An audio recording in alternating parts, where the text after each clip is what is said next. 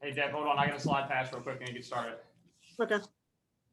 As always, everybody, we will use the raise hand feature to ask any questions of Coach. You may begin to raise your hands now, and we will open it here shortly. Coach, while we wait for questions to come in, would you like to start with an opening statement? Yeah, just, finishing it off at the end. I'm just, I thought we were going to make a run, and the way we started the game was so disappointing. And basically we got punked. We got, they're plus 15 rebounds. Are you kidding me? I've never seen that. Division I against Division III, maybe, but I've never seen 15. What are you going to be down 30 rebounds? They're going to out rebound you 50 to 20. I never heard of such a thing.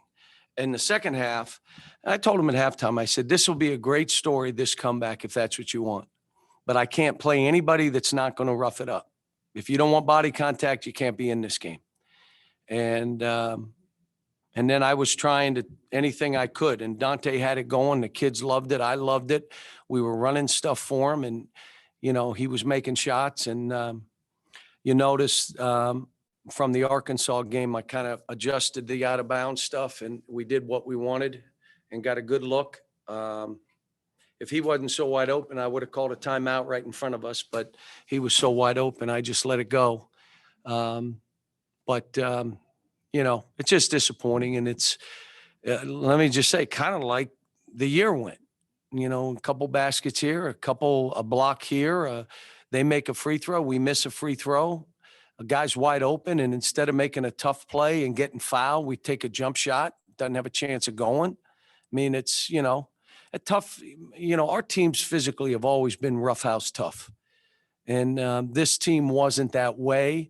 But let's look at it. All they've been through, and you're down 14 at half, could have been down 20, and you come back and go up 5 or 6. The only basketball thing I showed them, they ran the same play twice. Dante got screened and didn't say anything. Instead of take mine, he didn't say anything. But when they ran it the second time and he didn't say anything, it didn't matter.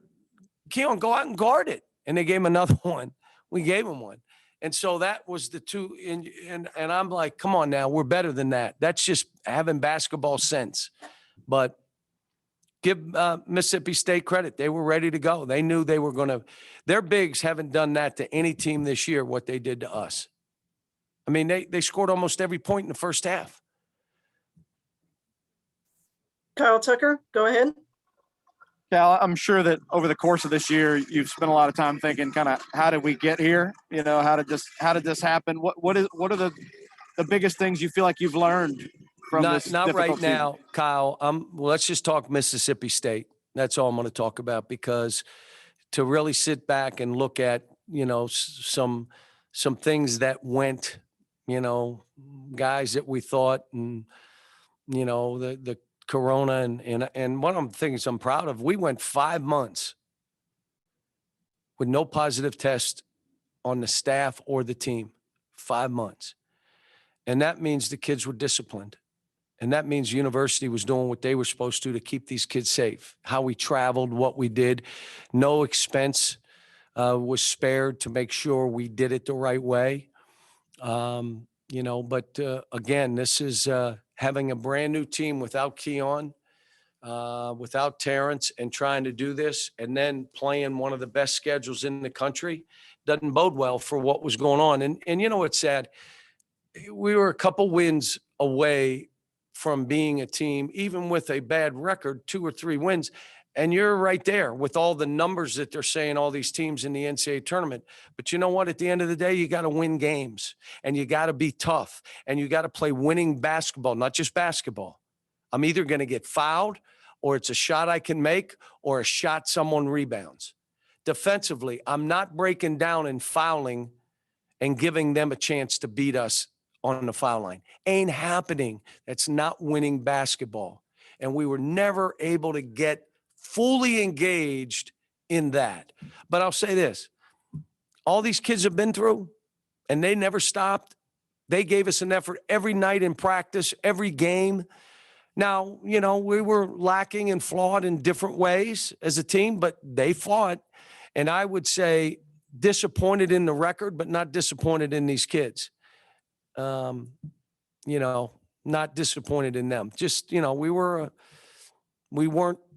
you know, what we thought we could be at some different spots, but you know, we'll address that when the season's over, or when John Hale? this winds down, I should say. Cal, just to follow up on that, you were talking about obviously there were lots of things out of your control this year in terms of COVID. Do you think that had the bigger part in how this played out, or are there things about the program that need to be adjusted moving ahead? Well, we'll look at it later. This is more about this game. Larry Vaught, go ahead. John, if you could, it looked like Dante was playing with more confidence and movement and everything than what he had in recent weeks. Was that just because he made a shot or two early, or is that just what you'd been seeing was coming again from him? Well, we saw it in practice. I mean, you know, they're the only two people in our practice, Goose and Tom, and they watch. And if a kid goes 1 for 12, they're sitting there watching. No one else is in there. But all of a sudden, he starts making shots again, and you see it. And I went on a radio show and said he was on fire for a first time in a month and a half. And so it was kind of like we played transy, and he went on fire, and you got to see it. But the person that got to see it more than anybody else was Dante. And the greatest thing for him, these players cheered him on. They wanted him to shoot. They were begging him to shoot. And what a great thing for a team like this. And I'll be honest with you, they were good with Terrence. And they knew some of their minutes were going to go down if I tried to play Terrence, but they were fine with it. They were cheering him on. Jerry Tipton, come to you next. John, it's kind of a two-parter, but how did you think Terrence Clark performed for you, given not being out there for so long?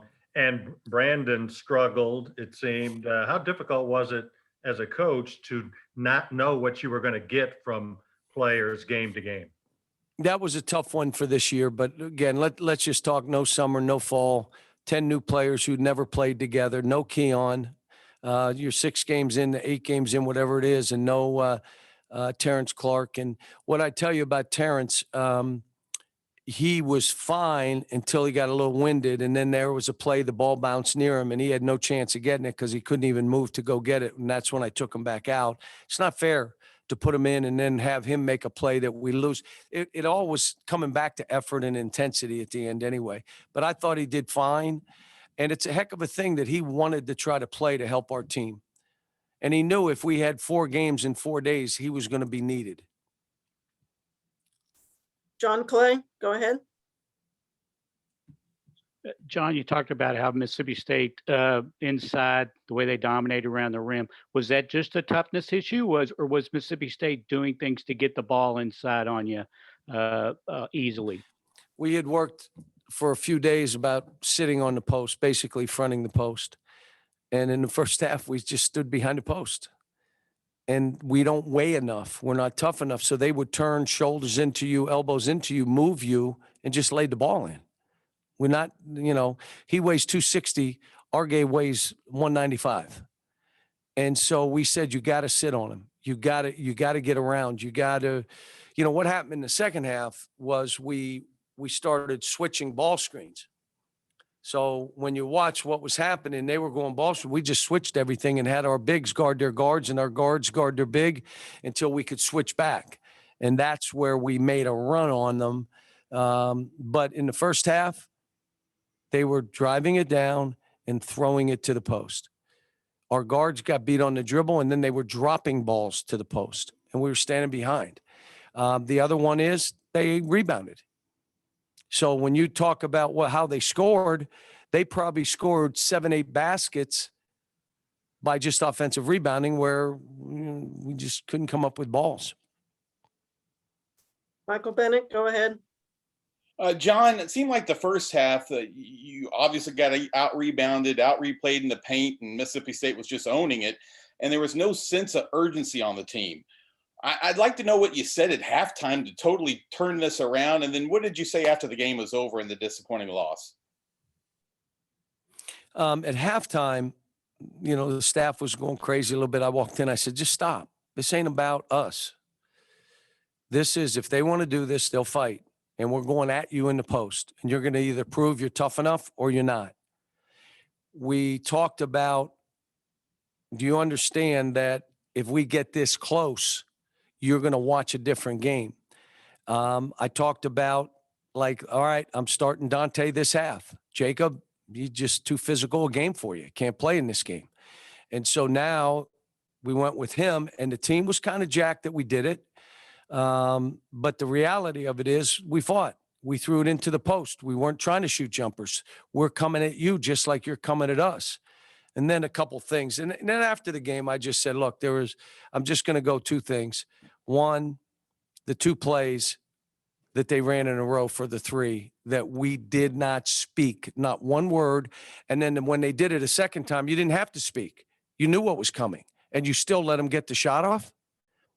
I said, now, the way you fought, the way you came back, man, I'll tell you what. I can't begin to tell you how it made me feel to watch you do that. I said, but again, what you're going to learn in this sport, if you physically can't do it, then you're not going to be able to do it.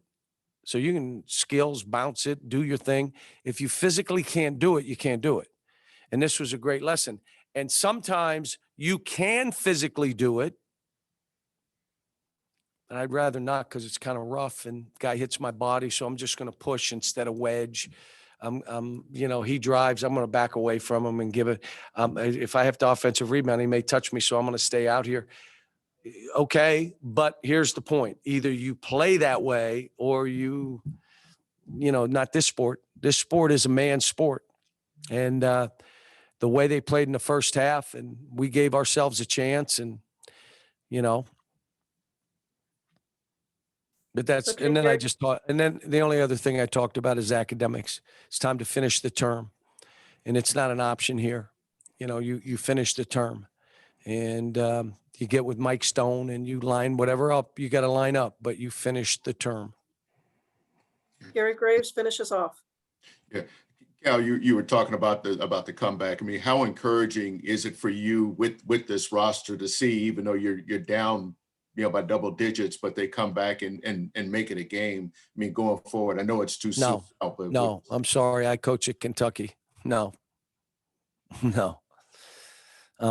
I'm happy for them that they fought to get back in it. We had a chance to win. And if you noticed, me or the staff, none of us stopped. We didn't stop coaching. Like, we're doing everything we can to give them a chance to win. Here's the problem. We're not on the court, and they've got to finish things off. You have to make winning basketball plays. I'm not shooting a shot that cannot be rebounded. I'm not. I'm either getting fouled or I'm making a basket. Or I shoot it and we rebound it. I'm not taking something that we can't. And on defense, they're not beating us at the foul line. We've had it happen how many times now? They're going to have to make a basket, not free throws. And we foul. That's not winning basketball. But no, I'm the coach at Kentucky. One, being in the game, being down at half, no, I'm not happy. How they fought, I'm happy for them, to get them to understand. It's a great lesson for them. This season was a lesson for them. Hopefully, if they self-evaluate, they know where they are as an individual player. They also know this is a team game. If you don't play together, you can't win. And again, I feel bad for them. They did not get to experience Kentucky. Now, you and I know if we got up 5 in a normal season, how many people would have been in this building? 17,000 out of 19 would have been Kentucky people. And then you finish off the game. What would have happened for Dante? Just the same thing that happened for Davey on the other night, where he made all those shots. This place would have been going. They didn't get to experience it. They only experienced the other side. You lose here, you struggle at home. Come on, man. We lost, 4 or 5 home games or more?